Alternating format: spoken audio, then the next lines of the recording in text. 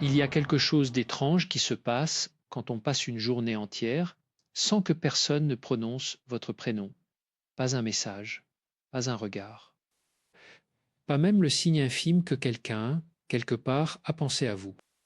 Et pourtant, vous êtes là, dans ce monde saturé de connexions, de notifications, de lumière bleue qui clignote à toute heure, dans ce monde qui n'a jamais été aussi bruyant, et vous vous sentez, d'une manière ou d'une autre, profondément, inexplicablement seul.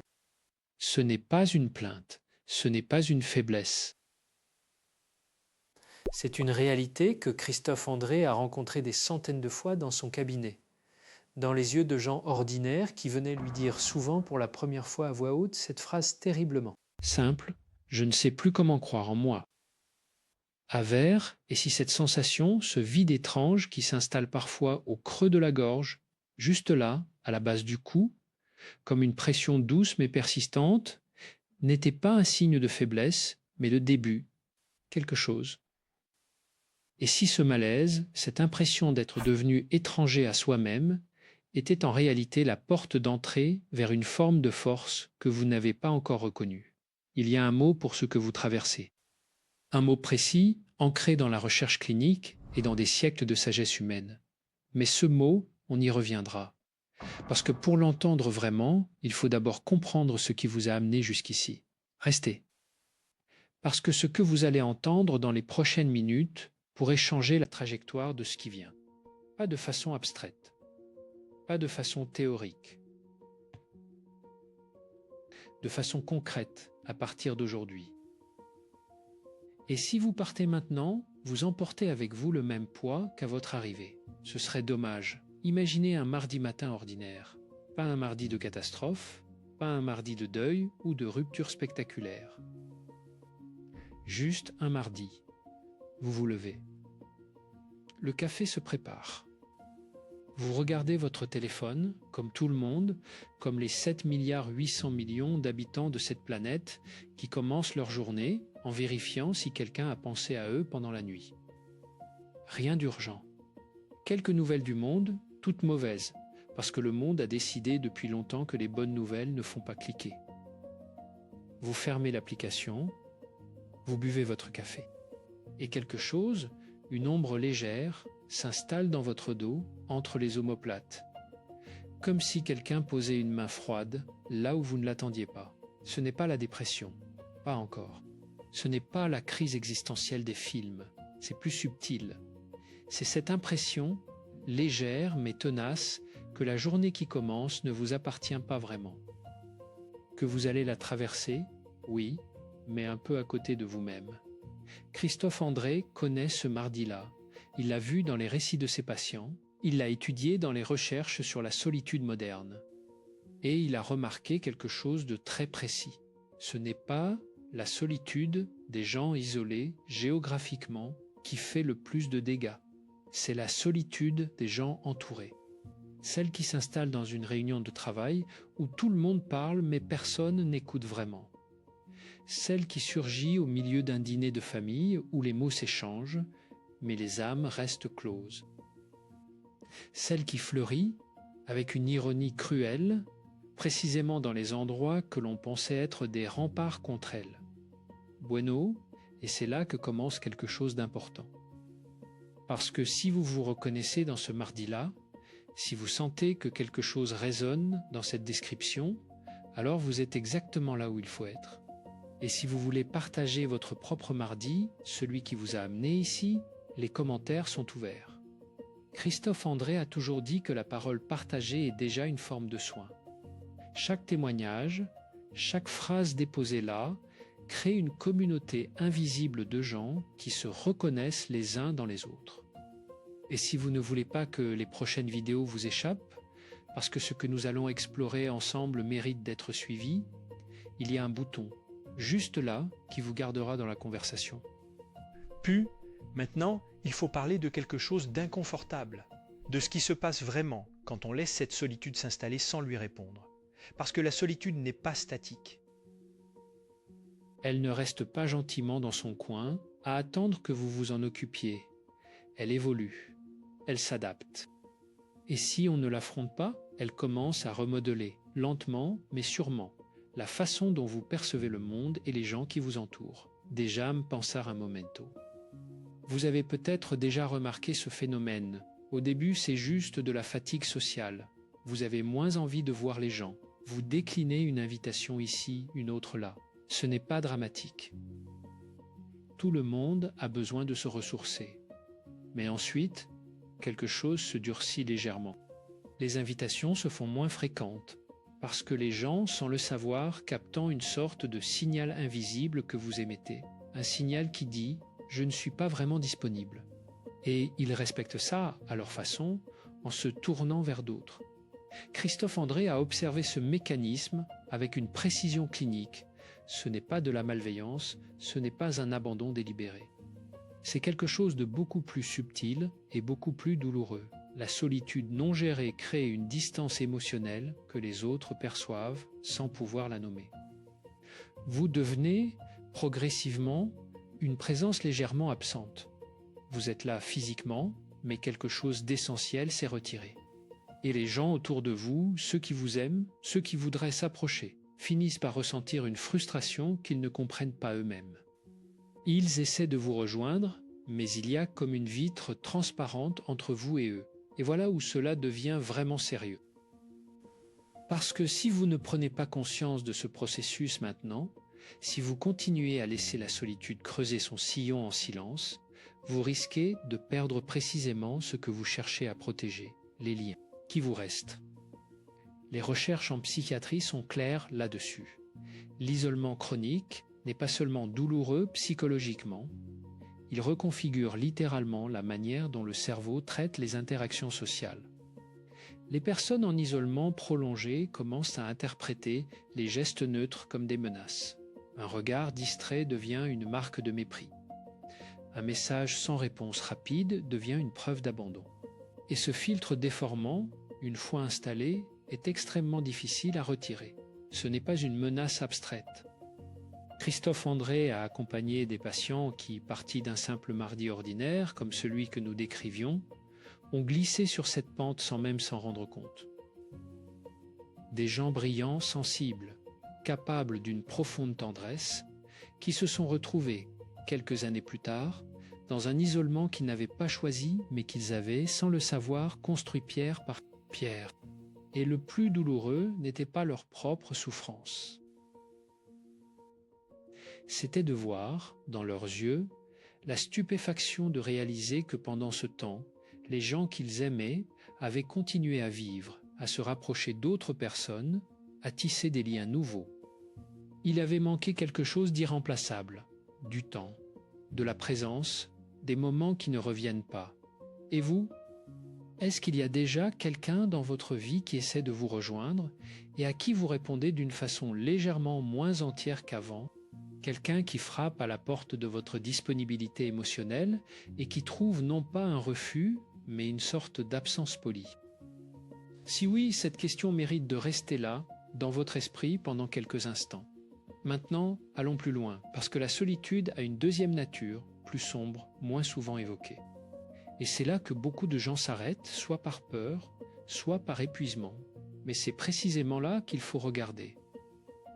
À Vers, il y a quelque chose que Christophe André appelle, dans ses travaux sur la résilience, la calcification émotionnelle. Ce n'est pas un terme médical officiel, c'est une image, et les images sont souvent plus précises que les termes médicaux. La calcification émotionnelle, c'est ce qui se passe quand la douleur de la solitude, non pas traitée, non pas traversée, mais simplement évitée, commence à se transformer en quelque chose de dur. Quelque chose qui ressemble à de l'indifférence, mais qui n'en est pas. C'est une protection. Une armure que le psychisme construit pour ne plus souffrir des connexions manquées, des tendresses non reçues, des élans vers les autres qui n'ont pas trouvé de réponse. Et cette armure, au début, fait du bien. Elle protège vraiment. On se sent moins vulnérable, moins exposé. On commence à regarder les émotions des autres avec une légère distance, comme si on les observait depuis un balcon. Et parfois, on se dit même que c'est mieux ainsi, que la sensibilité était une faiblesse, que ne plus ressentir aussi intensément est une forme de sagesse. Espera, c'est exactement là que le piège se referme. Parce que cette armure ne discrimine pas, elle ne protège pas seulement des douleurs, elle bloque aussi les joies, elle étouffe les élans. Elle transforme progressivement la vie intérieure en quelque chose de plus silencieux, certes, mais aussi de plus vide.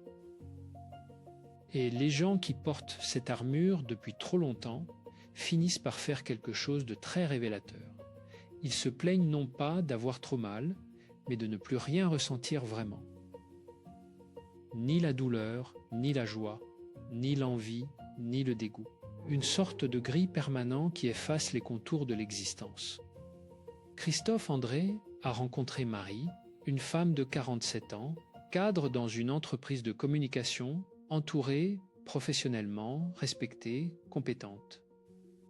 Elle est venue le consulter non pas parce qu'elle souffrait, mais parce qu'elle ne souffrait plus. Et d'une façon étrange, ça lui faisait peur. Elle décrivait sa vie comme une photo dont les couleurs auraient été légèrement délavées. Pas une photo noire et blanc. Juste une photo où quelque chose manque, une chaleur, une vibration, quelque chose qu'elle ne savait plus nommer. Quand Christophe André lui a demandé depuis combien de temps elle se sentait ainsi, elle a réfléchi longuement. Puis elle a dit « Depuis que j'ai décidé que ça ne servait à rien de s'attacher. Depuis que j'ai décidé que les gens finissaient toujours par partir. » Ce moment, cette phrase dite à voix basse dans un cabinet au sol de parquet, est le portrait exact de ce que la solitude non traitée peut faire à quelqu'un de vivant, de capable, de profondément humain. Elle n'avait pas choisi l'isolement, elle avait choisi la protection. Mais la protection, sans conscience, était devenue une prison. Et voici ce que peu de gens savent, et c'est là que beaucoup abandonnent leur propre histoire trop tôt. Cette prison a des portes, et les portes ont des poignées. Et on peut les ouvrir, même après des années, même quand on a presque oublié ce que c'était que d'être dehors. Mais avant d'ouvrir ces portes, il faut comprendre une chose fondamentale que la culture moderne, avec son obsession pour la vitesse et la performance, a presque entièrement effacée. Il faut comprendre que croire en soi, vraiment croire en soi, n'est pas un état qu'on possède ou qu'on ne possède pas. C'est une pratique. C'est quelque chose qu'on fait, qu'on entretient, qu'on reconstruit quand il s'est délité. Et cette reconstruction ne commence pas par une affirmation triomphante devant un miroir le matin. Elle commence par quelque chose de beaucoup plus humble et beaucoup plus puissant. Puis, restons encore un moment dans ce territoire difficile, parce qu'il y a quelque chose de crucial à comprendre avant de parler de solution. Quelque chose qui concerne non seulement vous, mais les gens autour de vous. Quand la solitude s'est installée, quand l'armure s'est construite, quand le gris a commencé à remplacer les couleurs, il se passe quelque chose dans les relations qui subsistent. Quelque chose que les proches vivent souvent sans pouvoir l'expliquer. Christophe André l'a documenté dans ses travaux cliniques avec une tendresse et une précision qui méritent d'être transmises. Les gens qui vous aiment, quand vous traversez cette phase, ressentent une chose étrange. Ils ont l'impression de parler à quelqu'un qui n'est pas tout à fait là. Pas absent, non, mais pas entièrement présent non plus.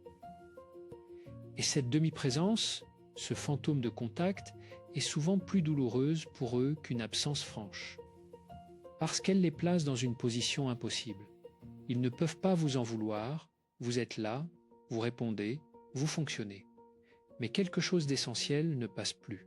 Et progressivement, ils commencent à se demander si c'est de leur faute, si c'est eux qui manquent de profondeur, si c'est eux qui ne savent pas vous rejoindre. Bueno, c'est une forme de dommage collatéral que la solitude inflige silencieusement. Elle ne blesse pas seulement celui qui la porte, elle contamine l'entourage d'un doute insidieux. Et parfois, les gens les plus aimants, les plus patients finissent par s'éloigner. Non par manque d'amour, mais par épuisement d'essayer de rejoindre quelqu'un qui n'est plus tout à fait accessible. Vous voyez le cercle, la solitude crée une distance. La distance éloigne les proches. L'éloignement des proches confirme la conviction que les gens finissent toujours par partir. Et cette confirmation renforce l'armure. Et l'armure crée encore plus de distance. C'est un mécanisme qui se nourrit de lui-même avec une efficacité redoutable. Et la seule façon d'en sortir, c'est d'introduire quelque chose d'étranger dans ce cercle. Quelque chose que ce mécanisme ne peut pas digérer. Quelque chose que Christophe André a passé des décennies à étudier, à pratiquer et à enseigner. Et ce quelque chose, on va maintenant en parler concrètement. Parce que vous avez été patient, parce que vous avez eu le courage de rester dans cet endroit difficile. Et parce que ce que vous allez entendre maintenant mérite d'être entendu avec toute l'attention que vous avez portée jusqu'ici. Mais d'abord, une question. Une vraie question, pas rhétorique. Quand vous pensez à vous-même, est-ce que vous parlez à vous-même de la même façon que vous parleriez à quelqu'un que vous aimez? Est-ce que vous vous accordez la même patience, la même douceur, la même compréhension que vous accorderiez à un ami qui traverse une période difficile? Ou est-ce qu'il y a, quelque part dans votre dialogue intérieur, une voix légèrement dure, légèrement impatiente, légèrement décevante envers vous-même? Cette question n'est pas anodine. Elle touche à quelque chose de fondamental que Christophe André a identifié comme l'un des facteurs les plus déterminants dans la construction ou la destruction de la résilience psychologique. Et la réponse à cette question va nous amener directement au cœur de ce qui permet de croire en soi, vraiment, durablement, sans avoir besoin d'un état d'âme particulier pour le faire. À Vert, il y a d'abord quelque chose qu'il faut démystifier complètement, parce que notre époque en a fait une idée toxique. L'idée que croire en soi, c'est ne jamais douter. Que la confiance en soi, c'est cette assurance tranquille et imperméable que certaines personnes semblent avoir naturellement, comme si elles étaient nées avec. Comme si la vie leur avait remis, à la naissance, un capital de certitude que les autres n'ont pas reçu. Christophe André sourit légèrement quand il évoque cette image parce qu'il a rencontré des centaines de ces personnes qui semblaient sûres d'elles. Et souvent, en les écoutant vraiment, en creusant un peu sous la surface, il découvrait quelque chose de très humain. Elles doutaient elles aussi. Elles avaient peur, elles aussi. Elles se levaient certains matins avec ce même vide au creux de l'estomac. Cette même incertitude sur leur valeur, sur leur place, sur leur légitimité à occuper l'espace qu'elles occupaient. La différence n'était pas l'absence de doute. La différence, c'est ce qu'elles faisaient avec le doute. Voici la première chose concrète que Christophe André propose, et elle est d'une simplicité déconcertante, presque trop simple pour qu'on la prenne au sérieux. Elle s'appelle la reconnaissance des micro-réussites. Pas les grandes victoires, pas les accomplissements que vous pourriez mettre sur un curriculum vitae. Les micro-réussites, ces petites choses que vous faites chaque jour et que vous ne comptabilisez jamais parce qu'elles vous semblent insignifiantes. Vous vous êtes levé alors que vous n'en aviez pas envie. C'est une réussite. Vous avez répondu à ce message que vous repoussez depuis 3 jours. C'est une réussite. Vous avez préparé un repas pour vous avec soin, même si vous étiez seul. C'est une réussite. Vous avez eu une pensée difficile sur vous-même et vous l'avez laissée passer sans vous y noyer complètement. C'est une réussite. Pourquoi est-ce que ça compte ? Parce que le cerveau, et c'est de la neurologie pure, construit la confiance en soi, non pas à partir de grandes victoires isolées, mais à partir de l'accumulation de preuves répétées qu'il est capable. Et si vous ne lui fournissez que les preuves de ses échecs, parce que vous ne comptabilisez que les choses qui n'ont pas marché, le cerveau construit une image de vous-même qui ne correspond pas à la réalité. Il construit une image tronquée, déficitaire, une image qui dit « tu n'es pas à la hauteur ». Et cette image finit par devenir une prophétie autoréalisatrice. Alors, concrètement, voici ce que Christophe André suggère. Le soir, avant de dormir, prenez 30 secondes, pas plus, et identifiez 3 choses que vous avez faites dans la journée. 3 choses, même minuscules, même banales, qui ont demandé un effort, une attention, un choix. Pas pour vous glorifier, pas pour vous convaincre que tout va bien, juste pour rééquilibrer le registre, juste pour dire à votre cerveau « voilà des preuves que tu fonctionnes. Voilà des preuves que tu es là, que tu agis, que tu existes. Déjà me pensar un momento. Il y a quelque chose d'autre, quelque chose que Christophe André considère comme encore plus fondamental et qui touche directement à la question de la solitude et de la reconnexion avec les autres. C'est la pratique de la présence intentionnelle. Et ici, le mot intentionnel est crucial, parce que nous sommes tous présents physiquement dans nos interactions. Mais combien de fois sommes-nous vraiment là? Combien de fois, pendant une conversation, une partie de notre esprit est ailleurs, en train de formuler la réponse, de penser à ce qu'on va manger ce soir, de se demander si l'autre nous juge, de revivre quelque chose qui s'est passé hier? La présence intentionnelle, c'est la décision consciente et momentanée d'être entièrement dans l'instant de contact avec l'autre. Et voici ce qui est fascinant et un peu ironique dans notre monde saturé de techniques de communication. Les gens autour de nous ressentent cette présence ou cette absence de façon viscérale, même quand ils ne peuvent pas la verbaliser. Quand quelqu'un est vraiment là avec nous, quelque chose se détend dans la mâchoire, dans les épaules. On respire un peu différemment. On se sent d'une façon difficile à définir, mais impossible à nier, moins seul. Et à l'inverse, quand quelqu'un est physiquement présent, mais émotionnellement absent, cette absence est perçue comme un léger rejet, une légère dévaluation, même si l'intention n'était pas là. Benoît, voici donc la deuxième pratique concrète. Choisissez une interaction par jour, une seule, et décidez d'y être entièrement. Pas toute la journée, pas chaque conversation, une. Ça peut être un échange avec le boulanger, un coup de téléphone avec quelqu'un que vous aimez, un moment partagé avec un collègue. Et pendant cet échange, remarquez les petites choses, la façon dont l'autre incline légèrement la tête quand il réfléchit, le ton particulier de sa voix quand il parle de quelque chose qui lui tient à cœur, le sourire, qui arrive un quart de seconde avant les mots. Cette pratique fait deux choses simultanément. Elle nourrit la connexion avec l'autre, elle crée ces micro-moments de présence partagés qui sont le tissu vivant de tout lien durable. Et elle nourrit aussi quelque chose en vous, elle vous rappelle que les autres sont réels, complexes, intéressants, et que la connexion est possible. Que la vitre transparente que vous sentiez entre vous et le monde n'est pas permanente. Elle peut se dissoudre un instant à la fois. Espera. Il y a une troisième pratique, et celle-là est peut-être la plus difficile à accueillir, parce qu'elle va à l'encontre de quelque chose de profondément ancré dans notre culture. Christophe André l'appelle la vulnérabilité choisie, et il faut bien distinguer cela d'une mise à nu émotionnelle incontrôlée, d'une façon de déverser sa douleur sur les autres. Ce n'est pas ça. La vulnérabilité choisie, c'est l'acte délibéré de laisser voir, dans un contexte sûr, un fragment de ce que vous ressentez vraiment. Pas tout, un fragment. Pas à n'importe qui, à quelqu'un de confiance. Et pas nécessairement quelque chose de profond ou de dramatique.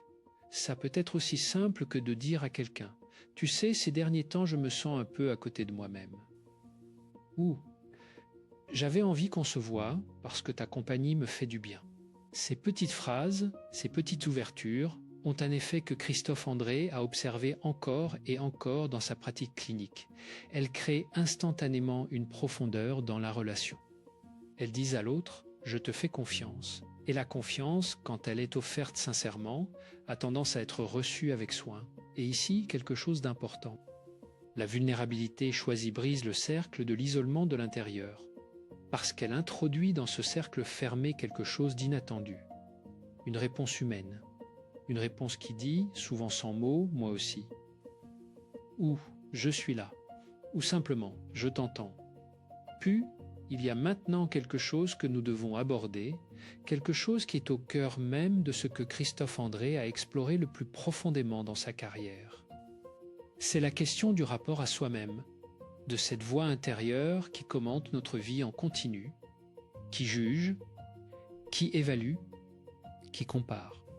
Et c'est ici que nous allons enfin nommer cette chose que nous avons évoquée au début, cette réalité que vous avez peut-être sentie sans pouvoir la définir. Mais avant, une question qui mérite votre attention. Est-ce que vous avez déjà remarqué que vous vous parlez à vous-même différemment selon l'endroit où vous êtes, selon les gens qui vous entourent? Que dans certains contextes, cette voix intérieure est presque bienveillante, presque encourageante, et que dans d'autres, elle devient soudainement dure, exigeante, presque cruelle, et que vous n'avez pas vraiment choisi ce basculement, qu'il s'est produit de lui-même, comme si cette voix avait une vie propre. Avers, cette voix, ce dialogue intérieur constant, est l'un des terrains les plus importants sur lesquels se joue la bataille pour croire en soi. Parce que croire en soi, dans sa forme la plus durable, la plus résistante aux tempêtes de la vie, n'est pas une conviction intellectuelle, c'est une relation. Une relation que vous entretenez avec vous-même, heure après heure, jour après jour, à travers ce dialogue intérieur que personne d'autre n'entend. Et Christophe André a constaté quelque chose de frappant. Chez les personnes qui ont une confiance en elles solide, pas parfaite, pas imperméable, mais solide, cette voix intérieure a une qualité particulière. Elle n'est pas nécessairement positive au sens où elle dit toujours des choses agréables. Elle est juste, elle reconnaît les difficultés sans les dramatiser. Elle reconnaît les échecs sans en faire des verdicts définitifs. Elle accompagne sans flageller. C'est quelque chose qui s'apprend. Christophe André insiste là-dessus. Ce n'est pas un trait de caractère inné.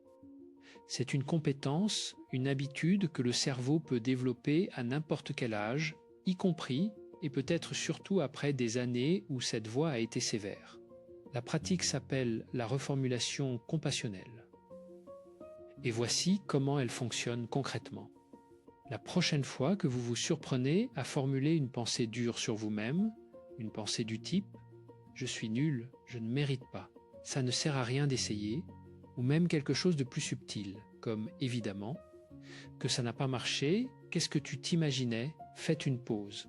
Pas une grande pause dramatique, juste un instant, et posez-vous cette question. Si un ami que j'aime me disait exactement ce que je viens de vivre, est-ce que je lui parlerais comme je viens de me parler? La réponse, presque toujours, est non. Parce que nous avons généralement pour nos amis une gentillesse que nous refusons obstinément à nous-mêmes.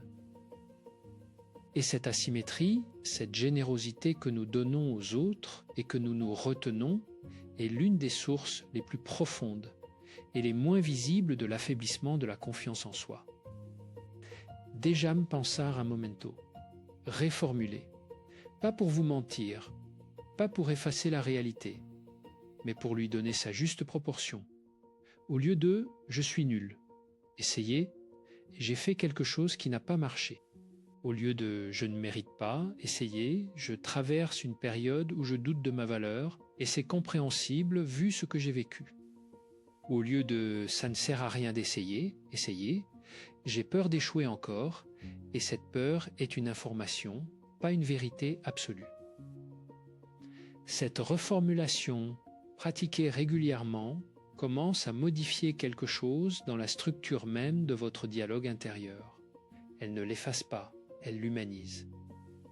Et un dialogue intérieur humanisé est un terrain sur lequel la confiance en soi peut commencer à repousser, même après des hivers longs et froids. Bueno, il y a maintenant quelque chose que Christophe André évoque souvent et qui a trait à une dimension que notre époque a presque complètement perdue de vue dans sa précipitation. La dimension du temps. Le temps comme allié. Le temps comme espace de transformation.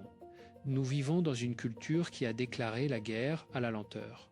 Tout doit être immédiat, visible, mesurable, optimisé. La croissance personnelle est devenue une industrie qui promet des transformations en 21 jours, en 7 étapes, en un week-end de retraite intensive. Et Christophe André, avec son humour doux et légèrement espiègle, aime rappeler que le cerveau humain, lui, n'a pas lu ses brochures.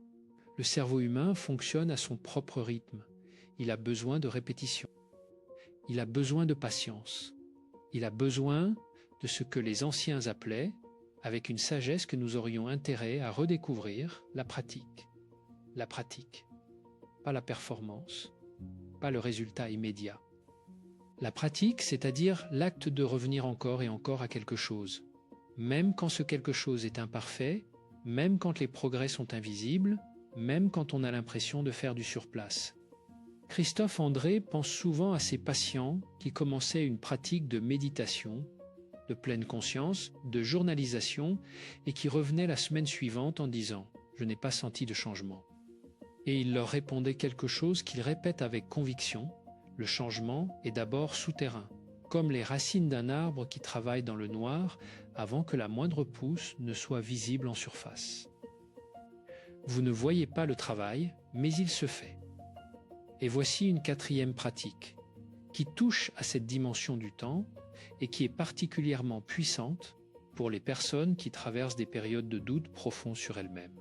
Christophe André l'appelle la lettre à votre futur vous, pas une lettre optimiste et naïve, une lettre honnête, une lettre qui dit « voilà où j'en suis aujourd'hui, voilà ce qui est difficile, voilà ce que je ressens dans les paumes de mes mains quand je pense à l'avenir, cette légère humidité, cette légère tension qui dit que quelque chose en moi a encore peur, et voilà ce que je décide, malgré tout, de faire.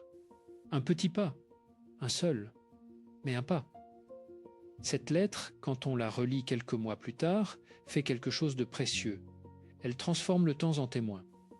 Elle dit « Tu vois, tu étais là dans cet endroit difficile et tu as continué ».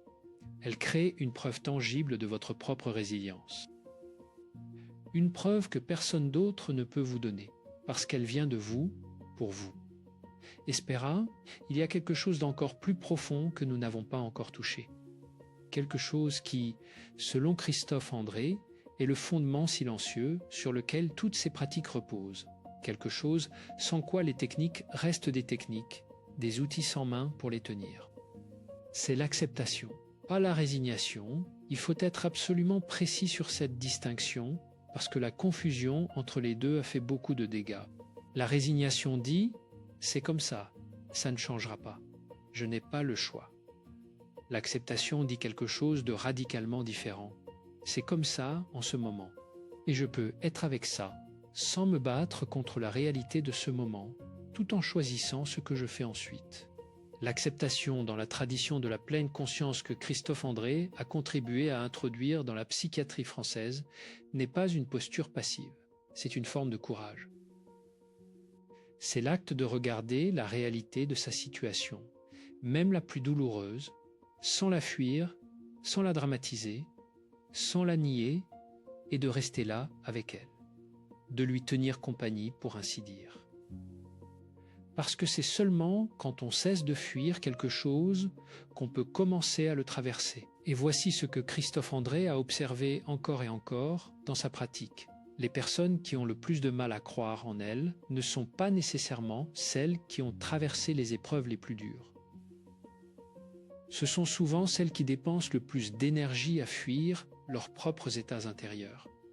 Celles qui ne s'accordent pas le droit de dire « oui, je suis là, dans cet endroit difficile. Oui, je me sens seul. Oui, j'ai peur. Oui, je doute, et c'est réel, et c'est humain, et ça ne me définit pas entièrement. » Puis regardons maintenant quelque chose qui touche au corps. Parce que Christophe André a toujours insisté sur ce point que la psychiatrie moderne a parfois tendance à négliger dans sa fascination pour les mécanismes cognitifs. Le corps est un interlocuteur. Il parle. Il porte quelque chose que l'esprit ne peut pas toujours articuler. Quand vous vous sentez seul, quand le doute s'installe, quand la confiance en vous s'effiloche, ce n'est pas seulement une expérience mentale. C'est quelque chose qui s'inscrit physiquement. La façon dont les épaules se courbent légèrement vers l'intérieur, la façon dont le regard se baisse, la façon dont la voix perd un peu de son volume, un peu de sa présence. Et, chose fascinante que la recherche en neurosciences a confirmée ces dernières années, cela fonctionne dans les deux sens. Le corps influence l'esprit autant que l'esprit influence le corps. Voici donc la 5e pratique et elle est d'une accessibilité totale.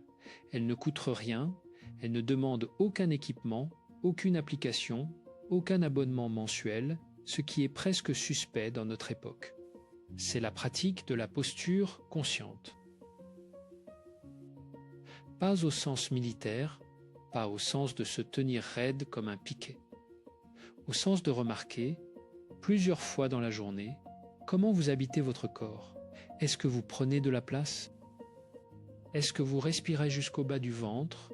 Ou est-ce que votre respiration reste haute, rapide, superficielle? Est-ce que vos pieds touchent vraiment le sol? Est-ce que vous sentez le contact, la solidité, le fait d'être là? Ces micro-moments de conscience corporelle, pratiqués régulièrement, font quelque chose de mesurable sur le plan physiologique. Ils réduisent le niveau de cortisol, l'hormone du stress.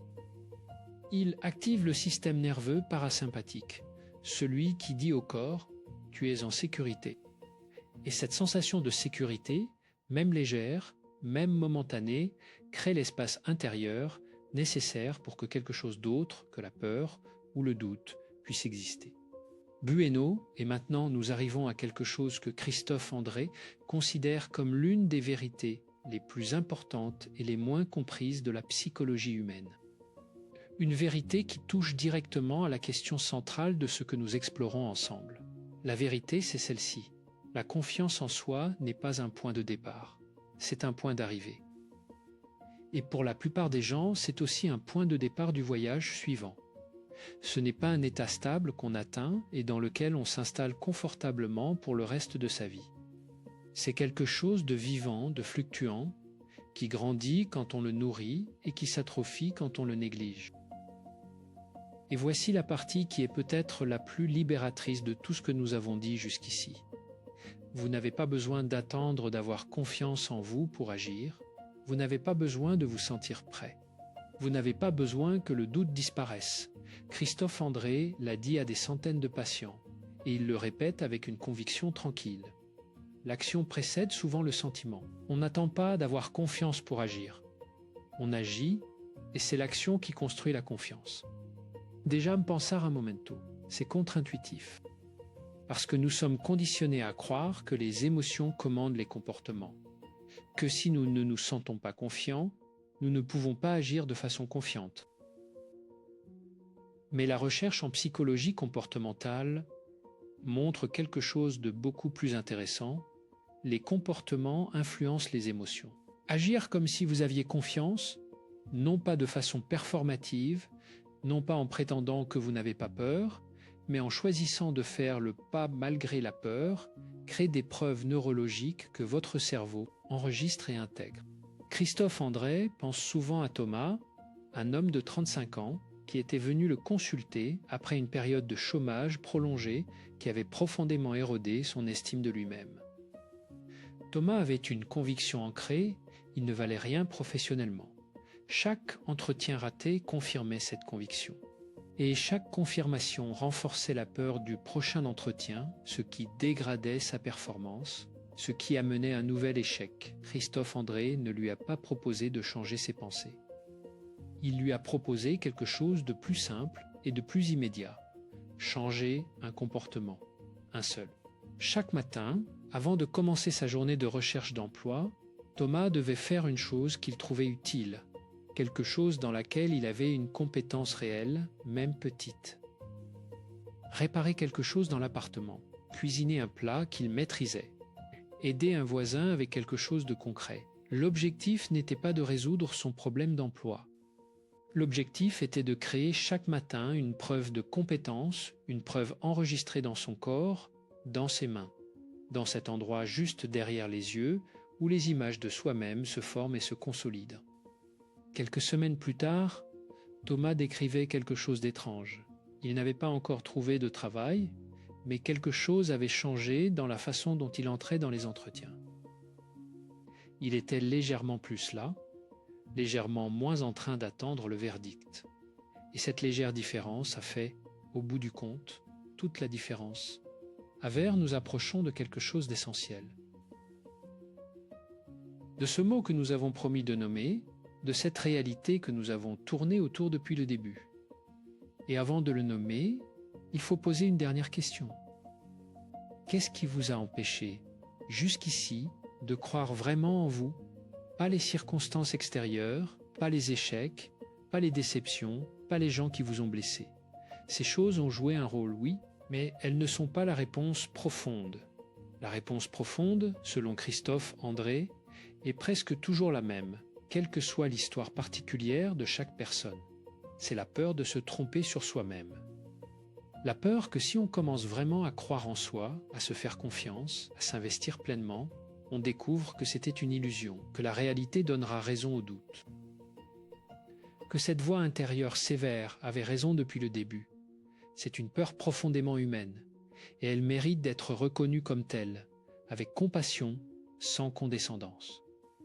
Mais elle mérite aussi d'être vue pour ce qu'elle est vraiment, une protection qui a mal vieilli.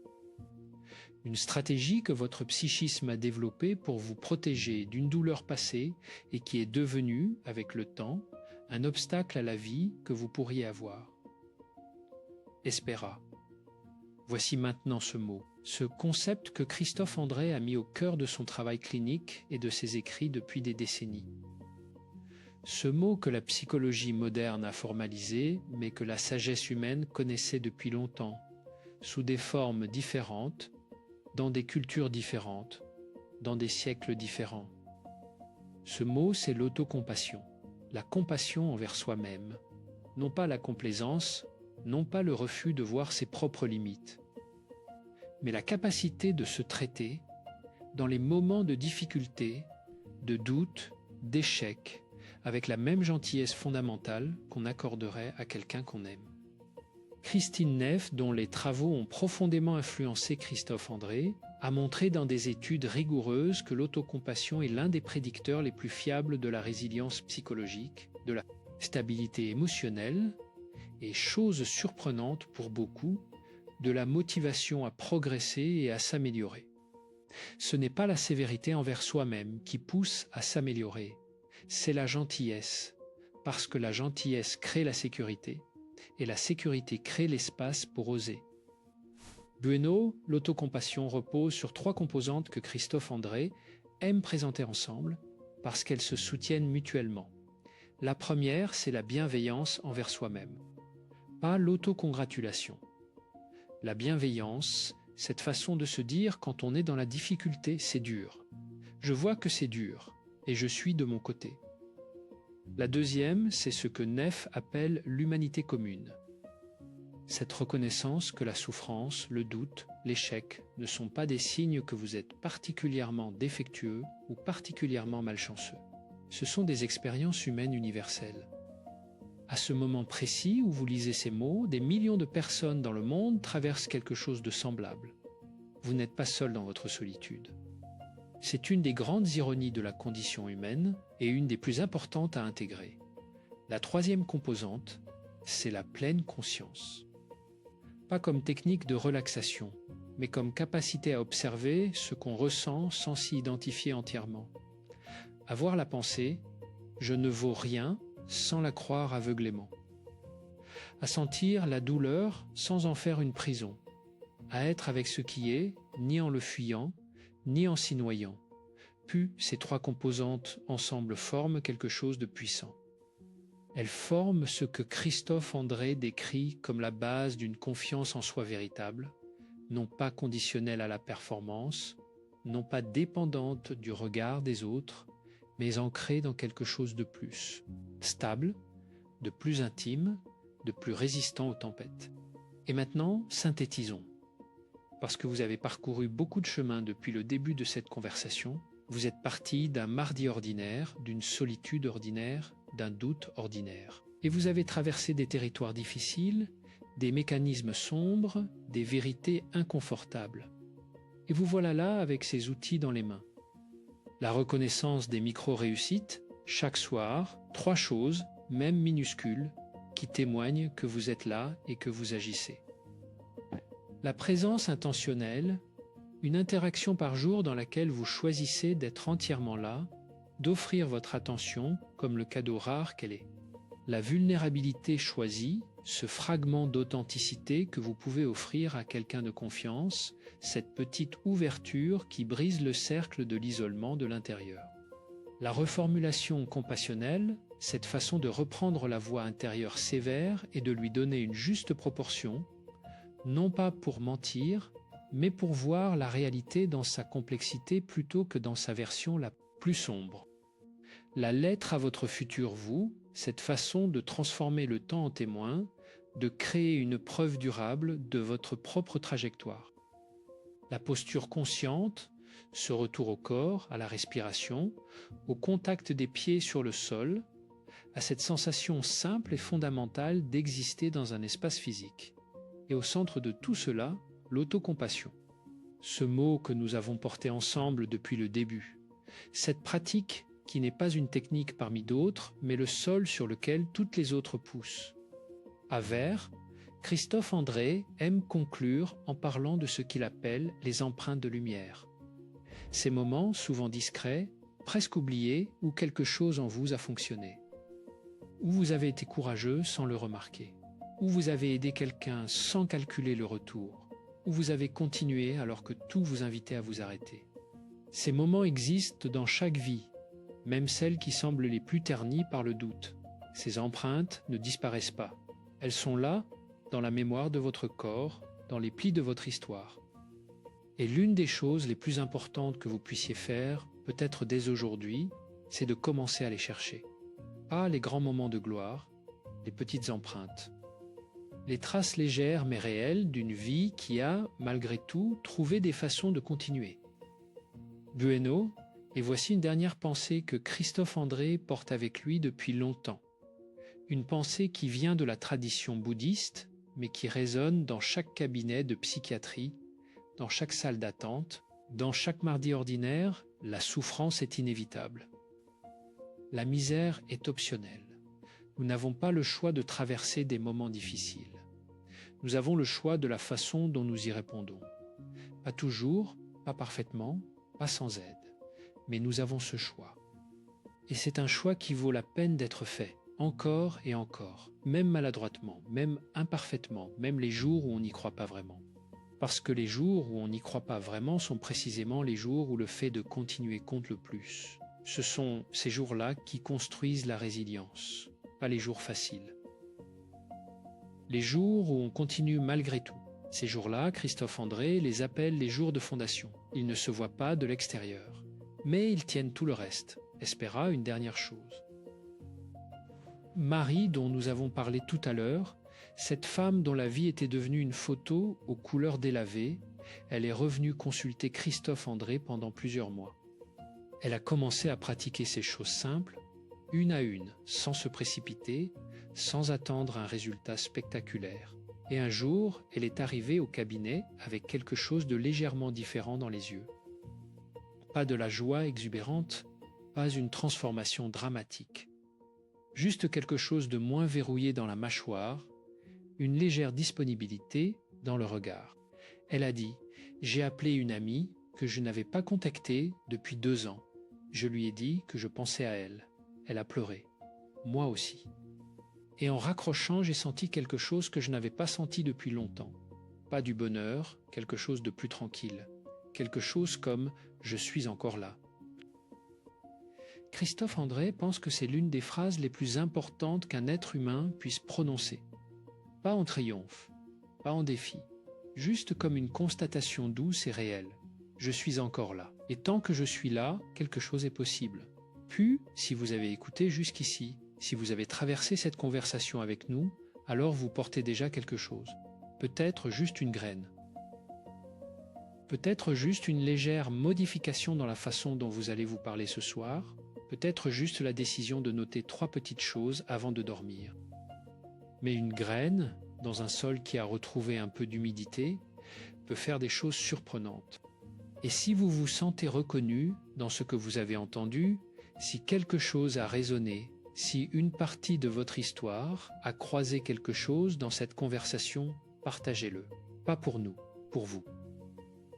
Pour l'effet que cela a de mettre des mots sur ce qu'on ressent. Pour l'effet que cela a sur les autres qui vous lisent et qui se reconnaissent à leur tour. Parce que c'est comme ça que la communauté se construit, une voix après l'autre, un commentaire après l'autre, une présence après l'autre. Christophe André croit profondément en ceci. Nous guérissons rarement seuls. Nous guérissons dans la relation, dans le regard de quelqu'un qui nous voit vraiment, dans la parole partagée, dans le simple fait de ne plus être le seul à porter quelque chose. Vous n'êtes pas seul dans votre solitude. Et vous n'êtes pas seul dans votre chemin vers vous-même. Il est encore temps, il l'est toujours.